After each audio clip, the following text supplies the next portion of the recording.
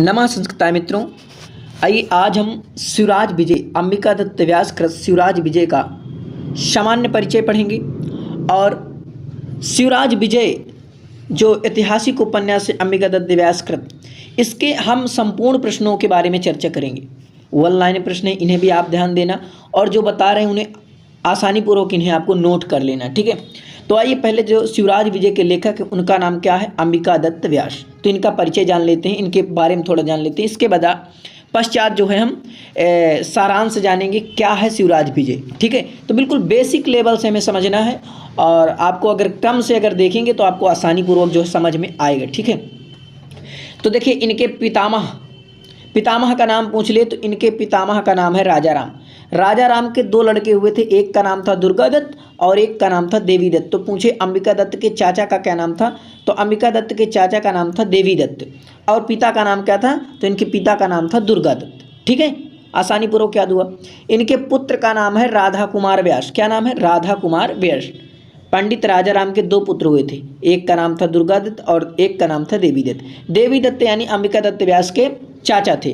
अगर गोत्र इनका पूछे तो बताना है पराशर गोत्रीय यजुर्वेदी त्रिपुवर भीड़ा वंश इनका जो है गोत्र माना जाता है, ठीक है। और देखिए इनके बारे में क्या आपको नोट करना है।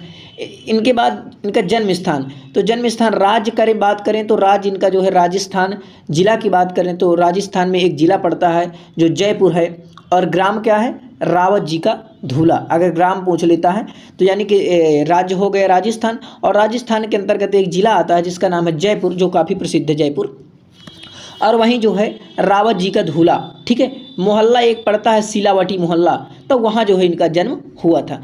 जन्म समय की बात करें तो चैत्र शुक्ल अष्टमी संवत 1915 में यानी 1858 ईस्वी में हुआ था, ठीक है। अगला देखिए पॉइंट क्या आपको नोट करना है। इनकी मृत्यु करें तो मार्गशीर्ष अगहन कृष्ण पक्ष त्रयोदशी सोमवार यानी संवत 1957 असन की बात करें तो 1900 में हुआ है, ठीक है। लेकिन जो संवत है आपका, देखिए ये चीज़ आप समझ लीजिए, संवत है जो आपका, ठीक है।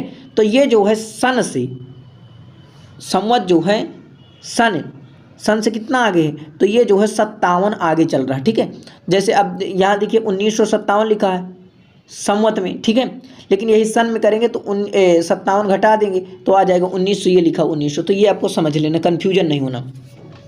इसके बाद देखिए ये चीज़ें आपको क्या करना है, नोट करना है, क्योंकि ये पूछी जाती हैं। कर्मस्थली की बात करें तो काशी में इन्होंने अध्ययन अध्यापन किया, यानी स्वयं पढ़े काशी में, इसके बाद वहीं जो है मास्टर का कार्य किए, ठीक है। कुल रचनाओं की इनकी बात करें तो इनकी कुल रचनाएं 78 रचनाएं जो है प्रकाशित हैं और जो है हमें मिल रही हैं, ऐसा माना जाता है।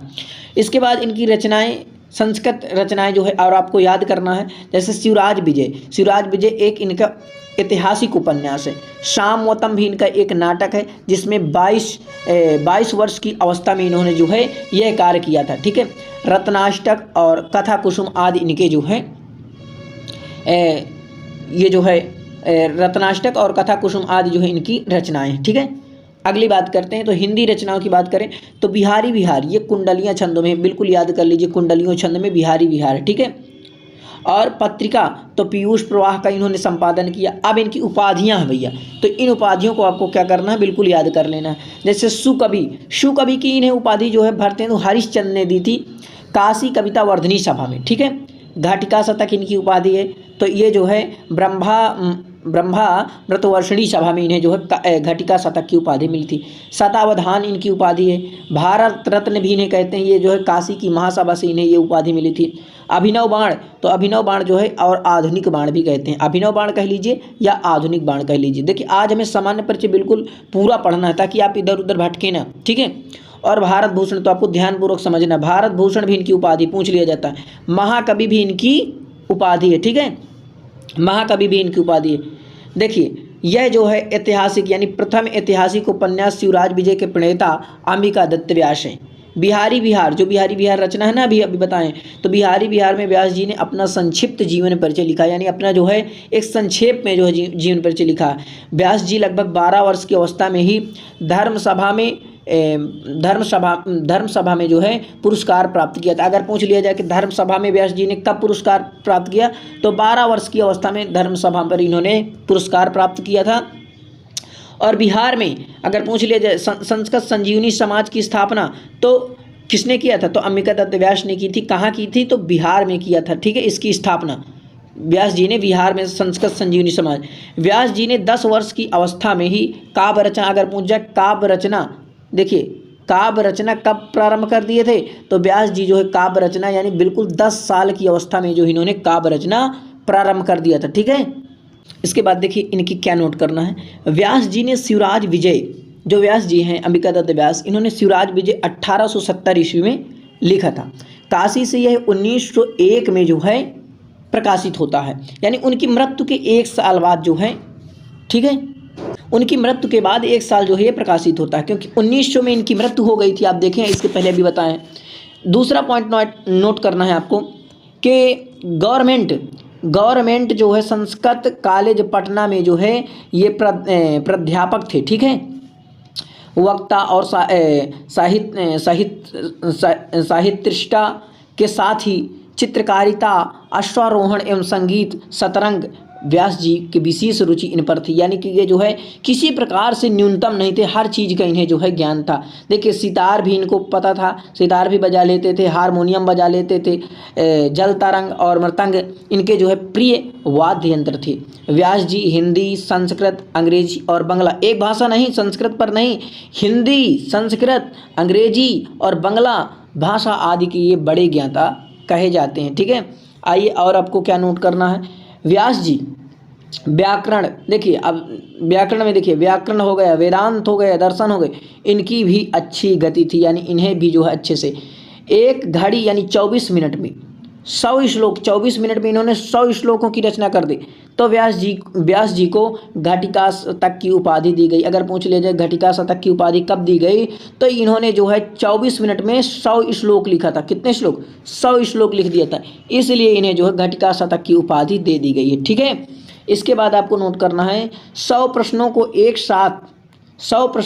साथ सुनकर उन सभी प्रश्नों का उसी क्रम में उत्तर देने की अद्भुत क्षमता होने से इन्हें शतावधान की उपाधि दी गई। अगर पूछा जाए शतावधान की उपाधि कब दी गई, तो 100 प्रश्नों को सुनने के बाद उनका उसी क्रम में उत्तर देने के कारण इन्हें जो है शतावधान की उपाधि दी गई है। अगला पॉइंट नोट करना है आपको। 42 वर्ष की अवस्था में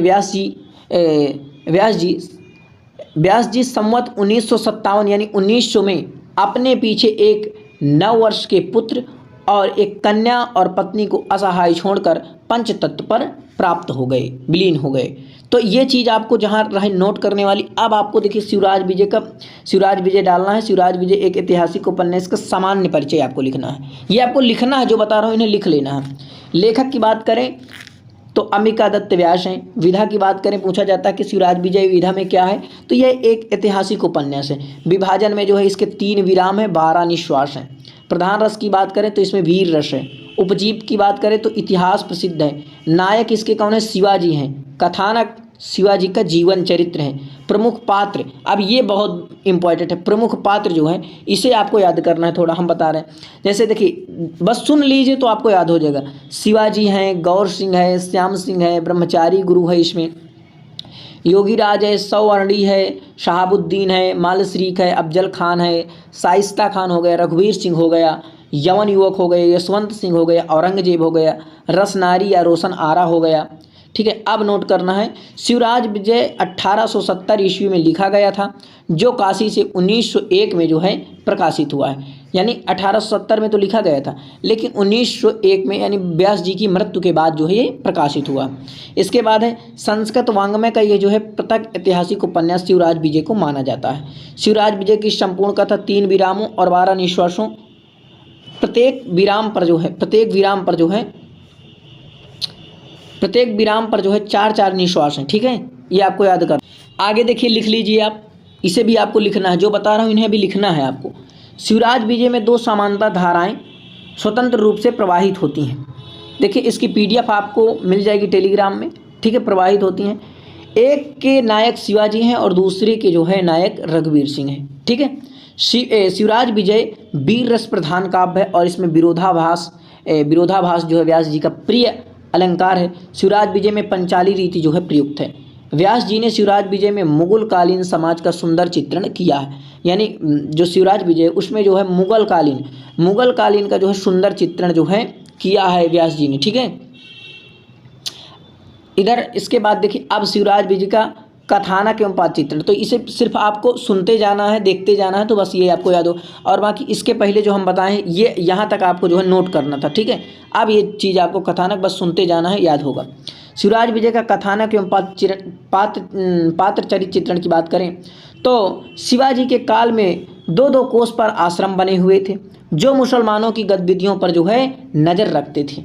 बीजापुर दरबार के शिवाजी से युद्ध के लिए अफजल खां को भेजा जाता है। यानी बीजापुर दरबार ने क्या किया, शिवाजी से युद्ध करने के लिए अफजल खान को भेजा। उस समय शिवाजी जो है प्रताप दुर्ग में थे। कहाँ पर थे तो पूछ लिया जाए तो उस समय जो है ये प्रताप दुर्ग में थे। अफजल खान ने भीमा नदी के तट पर, किस नदी के तट पर तो भीमा नदी के तट पर, इन पॉइंटों को आप ध्यान देना। अफजल खान ने भीमा नदी के तट पर शिविर डाल दिया। तो पूछ लिया जाए कि अफजल खान ने कहाँ शिविर डाल दिया, तो भीमा नदी के तट पर जो है अफजल खान ने शिविर डाल दिया था। बीजापुर के शासक संधि के धोखे से शिवाजी को पकड़ना चाहते थे। कौन संधि के धोखे से पकड़ना चाहते थे, तो बीजापुर के शासक संधि के धोखे से किसको पकड़ना चाहते थे, तो शिवाजी को संधि के धोखे से पकड़ना चाहते थे। एक यवन गुप्तचर जो बीजापुर दरबार का पत्र लेकर जा रहा था, उसने मार्ग में एक ब्राह्मण कन्या का अपहरण कर लिया। एक भालू के आ जाने से वह यमन युवक उस कन्या को छोड़कर सालमली वृक्ष पर, तो किस वृक्ष पर पूछ लिया जाए तो सालमली के वृक्ष पर जो है चढ़ जाता है। वह जो है भालू के आ जाने पर वह यमन युवक कहाँ चढ़ जाता है, किस वृक्ष पर पूछ लेगा, किस वृक्ष पर चढ़ता है, तो आपको बताना है सालमली वृक्ष पर, ठीक है, सालमली वृक्ष पर चढ़ जाता है। ब्रह्मचारी गुरु के शिष्य गौर सिंह और श्याम सिंह द्वारा वह कन्या बचा ली जाती है। तो ब्रह्मचारी गुरु के दो शिष्य कौन हैं, एक श्याम बटू है, एक गौर बटू है। यानी एक गौर सिंह है और एक श्याम सिंह है। गौर सिंह गोरा है, श्याम सिंह सांवला है, नाम से जैसे प्रतीत हो रहा, ठीक है। बस सुनते रहिए आप। यमन गुप्तचर गौर सिंह द्वारा मारा गया तथा बीजापुर का गुप्त संदेश उसके जो है उसके वस्त्रों से गौर सिंह को प्राप्त हो जाता है। गुप्त संदेश को जानकर शिवाजी ने स्वयं अफजल खां को छलने की योजना बनाई। बीजापुर से संधि प्रस्ताव लेकर भेजे गए पंडित गोपीनाथ द्वारा प्रताप दुर्ग की तलहटी अफजल खां से मिलने का शिवाजी ने प्रबंध किया। गौर सिंह गायक के वेश में अफजल खां के शिविर में जाकर संपूर्ण भेद निकाल लाया। इसके बाद क्या होता है, अब क्या होता है कि शिवाजी, देखिए शिवाजी कपड़ों के अंदर कवच और हाथों में बाघ नख नामक हथियार जो है पहनकर अफजल खां से मिलने गए थे। तो अगर पूछ लिया जाए कौन से वस्त्र जो है पहनकर, तो बाघ नख और कवच ये पहनकर जो है अफजल खां से मिलने गए थे। आलिंगन के समय शिवाजी ने अफजल खां के कंधों पर और गर्दन को फाड़ कर मार डाला, ठीक है। यानी जब वो गले मिले, जैसे यहाँ शिवाजी हैं और ये, तो ये दोनों जब आपस में मिले तो जो है शिवाजी ने क्या किया कि अफजल खां के जो है कंधों पर जो है वार कर दिया और गर्दन को फाड़ कर मार डाला। गौर सिंह द्वारा जिस ब्राह्मण कन्या की रक्षा की गई थी उसके संरक्षक एक वृद्ध ब्राह्मण थे। कौन थे, एक वृद्ध ब्राह्मण थे। वह कन्या जो है गौर सिंह और श्याम सिंह की क्या थी, बहन थी। तो पूछ लेता है गौर सिंह और श्याम सिंह की बहन कौन थी, तो गौर सिंह और श्याम सिंह की बहन जो है सौवर्णी थी, ठीक है। वृद्ध ब्राह्मण उनके पुरोहित देव शर्मा थे। तो वृद्ध ब्राह्मण जो था वह उनके जो है पुरोहित देव शर्मा थे, ठीक है। इसको बस आप सुनते जाइए, ये आपको याद हो जाएगा। बाकी जो सामान्य परिचय शिवराज विजय का उनका जो है आपको लिख लेना है। ब्रह्मचारी गुरु के अनुरोध पर गौर सिंह ने अपना वृत्तांत सुनाया। वे तीनों गौर सिंह, श्याम सिंह और सौवर्णी यानी तीनों भाई बहन जो है उदयपुर के जागीरदार खड़क सिंह के जो है पुत्र पुत्री थे। तो ये जो है गौर सिंह और श्याम सिंह किसके पुत्र थे, या पूछ लिया जाए सौवर्णी जो किसकी लड़की थी, तो खड़क सिंह की लड़की थी। और खड़क सिंह के 2 लड़के और 1 लड़की थी। एक का देखिए गौर सिंह, श्याम सिंह और सौवर्णी, ये तो इस प्रकार से आपको ध्यान देना, ठीक है। माता पिता की मृत्यु के बाद तीनों भाई बहन पुरोहित की संरक्षता में रहते थे। शिकार पर अब इनकी कहानी है, देखिए, शिकार पर हुए लुटेरों द्वारा पकड़े गए, वहां से वे भागकर हनुमान मंदिर की अध्यक्ष की सहायता से भीमा नदी के किनारे शिवाजी से मिले और ब्रह्मचारी गुरु के आश्रम में रहने लगे। शाइस्ता खां पूना पर अधिकार करके शिवाजी के महल पर रहने लगता है। शिवाजी ने सिंहदुर्ग से अपना एक संदेश रघुवीर सिंह द्वारा तोरण दुर्ग के अध्यक्ष के पास भेजता है। आगे क्या होता है, जब तोरण दुर्ग पर भेजता है, इसके बाद रघुवीर सिंह तोरण दुर्ग के अध्यक्ष की आज्ञा से हनुमान मंदिर में ठहरा और देव शर्मा यानी सौवांडी को लेकर, यानी किसकी, गौर बटू और श्याम बटू की बहन को लेकर उसी हनुमान मंदिर में रहने लगे थे जहां वाटिका की रघुवीर सिंह और सौवांडी को देखा था। आगे सारांश क्या है कि शिवराज विजय के आदेश पर शिवाजी के आदेश पर रघुवीर सिंह शाइस्ता खां के साथ होने वाले युद्ध का भविष्य पूछने के लिए देव शर्मा के पास गया। देव शर्मा ने सौवांडी द्वारा उसे एक मोदक यानी लड्डू खिलाकर गले में एक माला डलवाई। देव शर्मा ने यवनों के साथ युद्ध में विजय तथा आर्यों के साथ पराजय यह भविष्य में बताया। शिवाजी ने पंडित के वेश में माल्यश्रीक, ये नाम याद, माल्यश्रीक के साथ जो है शाइस्ता खां की निवास पूना पर जो है जाकर निरीक्षण किया। तो किसके साथ जाकर निरीक्षण किया था, तो माल्यश्रीक के साथ जो है यह पूना पर जाता है और वहाँ जो है निरीक्षण करता है, ये आपको ध्यान देना, ठीक है। संदेश होने पर चांद खां ने उसका पीछा किया और शिवाजी ने उसका जो है वध कर दिया। शिवाजी ने यशवंत सिंह को पूना से दूर रहने की प्रार्थना कर बारात के बहाने पूना में प्रवेश किया। चांद खां और शाइस्ता खां के पुत्र रघुवीर सिंह द्वारा मारे गए, यानी रघुवीर सिंह जो है उन्हें मार देता है। शाइस्ता का घायल उंगली के साथ, यानी बिल्कुल शाइस्ता का घायल उंगली के साथ जो है भाग गया। रघुवीर सिंह ने औरंगजेब की पुत्री रोशन आरा को गिरफ्तार कर लिया। ब्रह्मचारी गुरु ने गौर सिंह और अपने पुत्र बीरेंद्र सिंह, तो देखिए अब आपको ये भी ध्यान देना है कि अगर पूछ लिया जाए यहाँ से प्रश्न कि ब्रह्मचारी गुरु के लड़के का क्या नाम था, तो ब्रह्मचारी गुरु के लड़के का क्या नाम था, तो बीरेंद्र सिंह नाम था, ठीक है, का वृत्तांत जो है बताया। सौवांडी ने जो है कूर सिंह द्वारा, ठीक है, कूर सिंह द्वारा दिए जाने वाले अपमान की बात रघुवीर सिंह से बताई। रोशन आरा शिवाजी के प्रति अपना प्रेम प्रकट करता है। इसके बाद शिवाजी ने पिता द्वारा उसे दिए जाने पर ही जो है स्वीकार करने की बात करते हैं। आगे देखिए, जय सिंह के आक्रमण पर शिवाजी जय सिंह जो था, उसके आक्रमण पर शिवाजी ने मुगलों की कुछ शर्तें मानकर संधि पर विवश हुए और उन्हें रोशन आरा और मुज्जम को वापस करना पड़ा।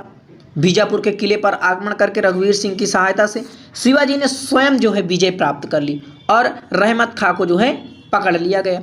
रहमत खां एक कूर सिंह द्वारा राजद्रोही बताए जाने पर शिवाजी ने रघुवीर सिंह को निष्कासित कर दिया। रघुवीर सिंह राधा स्वामी का वेश धारण कर शिवाजी का उपकार करता रहा।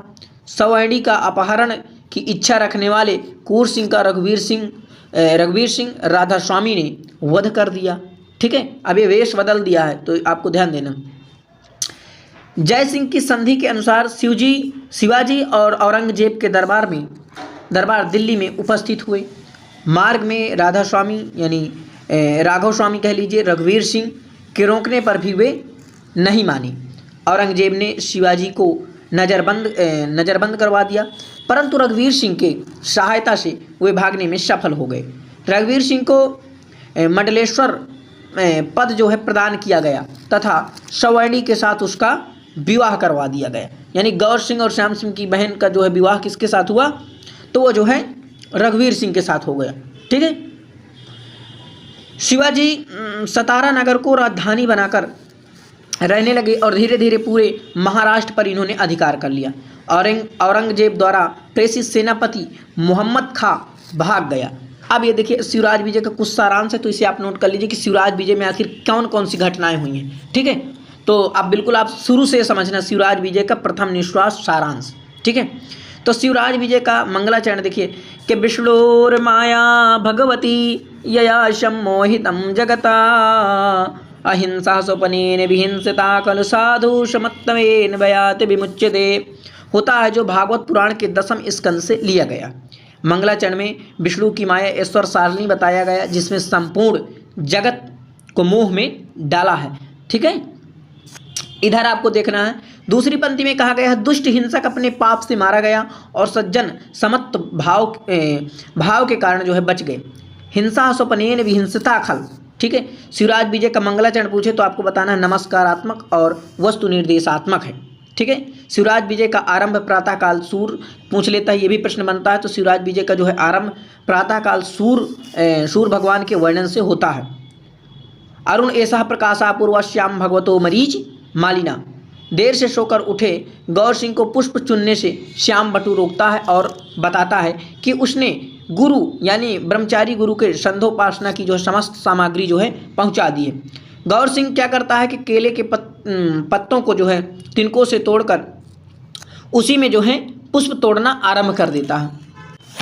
आगे क्या होता है कि जब वो फूल तोड़ना प्रारंभ कर देता है, गौरवटू लगभग 16 वर्ष का था। पूछ लेता है कि गौरवटू जो है कितने वर्ष का था, तो गौरवटू 16 वर्ष का था। उसका साथी यानी भाई जो है श्याम बटू उसी का समवयस्क यानी उसी के बराबर का था। उनकी कुटिया केले के वन से घिरे होने के कारण कुंज जैसी जो है प्रतीत होती। तो केले के घिरे होने के कारण जो है कुंज जैसी प्रतीत होती थी। कुटीर के चारों ओर पुष्प वाटिका थी। तो पूछ ले कि कुटीर के चारों ओर क्या थी, तो कुटीर के चारों ओर पुष्प वाटिका थी। ये प्रश्न बनेगा। पूर्व दिशा में क्या था, पूर्व दिशा में एक तालाब था। नोट करना है इनको।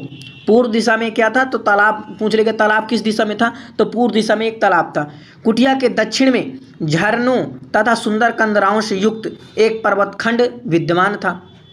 दक्षिण में क्या था, झरनाएं और सुंदर कंदराओं से युक्त एक पर्वतखंड था। 7 वर्षीय कन्या को सांत्वना प्रदान करते हुए गौर सिंह ने रात्रि के 3 पहर व्यतीत कर दिए, जिसे यमन युवक से बचाया था। कुटिया के दक्षिण में स्थित पर्वत की कंदरा में एक महामुनि समाधिरत थे, जिसकी ग्राम प्रधान और ग्रामीण पूजा किया करते थे। यानी जो गांव के लोग और ग्रामीण जो है पूजा किया करते थे। उन महामुनि को कोई कपिल कहता है, कोई लोमस कहता है, कोई जैगीसभ्य और कोई जो है मार्कंडे जो है समझता था। उन महामुनि योगीराज को सर्वप्रथम उन 2 ब्राह्मण बालकों गौरवटू और श्याम बटू के द्वारा शिखर से नीचे उतरते देखा गया था। योगीराज आश्रम में आकर काष्ठासन और उदयाचल पर सूर्य के समान आसीन होते हैं, बैठ जाते हैं। ब्रह्मचारी गुरु ने जैसे ही कुछ बोलना चाहा, तभी जो है एक बालिका का करुण क्रंदन सुनाई पड़ता है। अब देखिए आगे क्या होता है। योगीराज के उस कन्या के संबंध में पूछने पर श्याम बटू को उसे शांत करने का आदेश देकर ब्रह्मचारी गुरु ने बोलना आरंभ कर दिया। सर्वप्रथम उस कन्या का करुण क्रंदन सुनकर ब्रह्मचारी गुरु ने पता लगाने हेतु अपने शिष्यों को भेजा था। यवन युवक उस कन्या को माता के हाथ से छीनकर भागा था। उसने अपने बालिका को छुरा दिखाकर शांत करना चाहा। अचानक भालू के आ जाने से यवन युवक सालमली वृक्ष पर जो है चढ़ जाता है और कन्या जो है क्या करती है, और कन्या जो है छुड़ाछरन्यास से जो है पलाश वृक्षों के झुरमुट में प्रवेश कर आश्रम की तरफ आ जाती है। ठीक है, इसके बाद योगीराज के विक्रमराज में ऐसा उपद्रव कहने पर ब्रह्मचारी गुरु ने बताया कि विक्रमादित्य के राज्य को बीते तो 1700 वर्ष हो गए हैं। ब्रह्मचारी गुरु ने बताया कि आज वेद फाड़कर मार्गों में बिखेरे जाते हैं, धर्मशास्त्रों को उछालकर आग में झोंका जाता है, पुराणों को पीसकर पानी में फेंका जाता है और भाष्य नष्ट करके भाड़ में झोंके जाते हैं। योगीराज जो है विक्रमादित्य द्वारा शकों को जीते जाने को कल की ही बात जो है बताते हैं। ब्रह्मचारी गुरु योगीराज से बताते हैं कि भगवान आपको जिन पुरुषों को देखा, अब वह उनकी 50वीं पीढ़ी के पुरुष भी दिखाई नहीं पड़ते। योगीराज बताते हैं कि वे युधिष्ठिर के समय समाधि लगाकर विक्रमादित्य के समय समाधि लगाकर इस दुराचार समय पर जो है उठे हैं, तो ये भी आपको नोट करना है कि वो विक्रमादित्य के समय पर जो है समाधि लगाए हैं। ठीक है, ये जो है आपको नोट कर लेना है। इसके बाद देखिए ब्रह्मचारी गुरु ने बताया कि महमूद गजनवी ने भारत को 12 बार लूटा। तो ये भी प्रश्न बन सकता है कि महमूद गजनवी ने जो है भारत को कितनी बार लूटा, तो 12 बार जो है महमूद गजनवी ने भारत को लूटा है और सैकड़ों ऊँटों पर रत्नों को लाद कर जो है अपने देश में ले गया। उसने गुजरात देश में स्थित सोमनाथ को धूल में मिला दिया और सोमनाथ की खिवाड़े वैदूर्य यानी मूंगा और पद्मराग हीरे मोतियां से बनी जो है ये सारी सामग्री को क्या करता है, ले जाता है। आगे देखेंगे तो सोमनाथ में लटकने वाला महाघंटा यानी ये घंटा कितने मन का था ये पूछ लिया जाता है। तो 200 मन की सोने की जंजीर यानी ये जो घंटा था इसको जो है लटकता, तो इसको भी ये जो है क्या किया था, ले गया था। देखिए महादेव की मूर्ति पर गदा उठाने पर पुजारियों ने उसे 2 करोड़ स्वर्ण मुद्राएं देकर जो है छुड़ाना चाहा। यानी कि पुजारी जो थे उन्होंने कहा कि स्वर्ण मुद्राएं आप 2 करोड़ स्वर्ण मुद्राएं ले लीजिए, लेकिन इस मूर्ति को न तोड़िए। परंतु उसने यह कह दिया कि वह मूर्ति बेचता नहीं किंतु वह मूर्ति तोड़ता है। उसने मूर्ति को तोड़ दिया। गदा के प्रहार से अनेक अरब पद्म मुद्रा के मूल्य जो है रत्न बिखरे और उनको देखकर ऊँटों की पीठ पर लादकर सिंधु नदी पर उतरकर महमूद गजनी जो है वापस चला गया। इसके बाद देखिए आपको क्या याद करना है, ये चीज़ आपको जो है ये यहाँ थोड़ा आपको पॉइंट करना है कि 1087 में, ठीक है, 1087 में गोर देश के निवासी शहाबुद्दीन नामक यमन युवक अपने जो है गजनी देश पर जो है फिर आक्रमण किया। तो पूछ लेता है गजनी देश पर जो है कब आक्रमण किया, तो 1087 पर। और 1250 में दिल्ली को अश्वारोहियों से जो है घेर लिया था। उसने वाराणसी में भी हड्डियों के अनेक पहाड़ बना दिए और वाराणसी तक उसने अमरकंटक राज्य जो है किया। ठीक है, अगला पॉइंट आपको नोट करना है कि शहाबुद्दीन मोहम्मद गोरी ने मुक्ता भारत में यमन शासक का बीजारोपण किया और उसी ने जो है शहाबुद्दीन नामक गुलाम को दिल्ली का जो है प्रथम सम्राट घोषित कर दिया। ठीक है, तो ये चीज़ आपको थोड़ा नोट कर लेना है। केवल अकबर यद्यपि भारतवर्ष का गूढ़ शत्रु था तथापि वह शांत प्रिय और विद्वानों का आदर करने वाला था। औरंगजेब ने आलमगीर की उपाधि धारण की। ये प्रश्न नोट कर लेना कि औरंगजेब ने जो है आलमगीर की उपाधि, पूछ लेगा कि आलमगीर की उपाधि किसने धारण की, तो औरंगजेब ने शाइस्ता खां को दक्षिण के शासक के रूप में भेजा था। शिवाजी पूना नगर के निकट सिंहदूर पर रह रहे थे। या कार्यम सिद्ध यानी देखिए यह एक बहुत ही इंपॉर्टेंट सुक्तिया है।